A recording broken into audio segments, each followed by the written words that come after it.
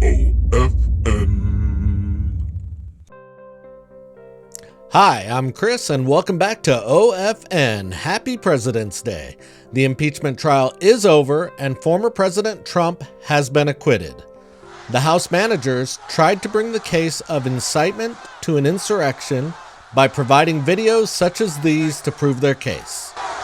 And you have to get your people to fight, because you'll never take back our country with weakness. You have to show strength, and you have to be strong.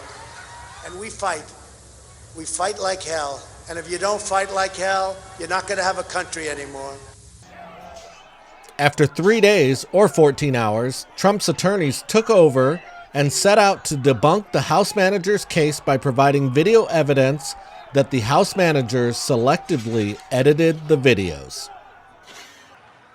I know that everyone here will soon be marching over to the Capitol building to peacefully and patriotically make your voices heard. We fight like hell. And if you don't fight like hell, you're not going to have a country anymore. Our exciting adventures and boldest endeavors have not yet begun. My fellow Americans, for our movement, for our children, and for our beloved country. And I say this, despite all that's happened, the best is yet to come. On Saturday, it seemed the House managers felt their case was not strong enough, so they attempted to get witnesses lined up to come in over the next few weeks. This is not typical. During a normal trial, the prosecution would have the witnesses already lined up for testimony during the trial, and not asked to have witnesses right before the trial is about to wrap up. Fortunately for President Trump, his attorneys felt extremely strong on how their case was going and said that they would stipulate that the House managers could put into the record any statements they have from the witnesses, and they would agree that the witnesses would basically say the same thing that is in the statement if they were called in to testify. This move saved a tremendous amount of time. Had the House managers brought in new witnesses, the trial would have dragged on to the end of February. Good thing it happened that way. Both parties had their closing argument on Saturday, and the Senate voted to acquit the former president that afternoon. I posted highlights of the trial throughout all last week if you want to go back and look at all the video evidence presented.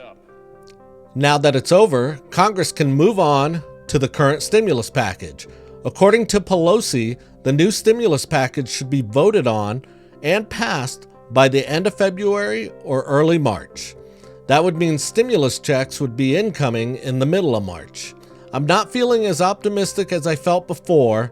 My gut feeling is telling me that it's going to be more like the middle of March before it's voted on and passed.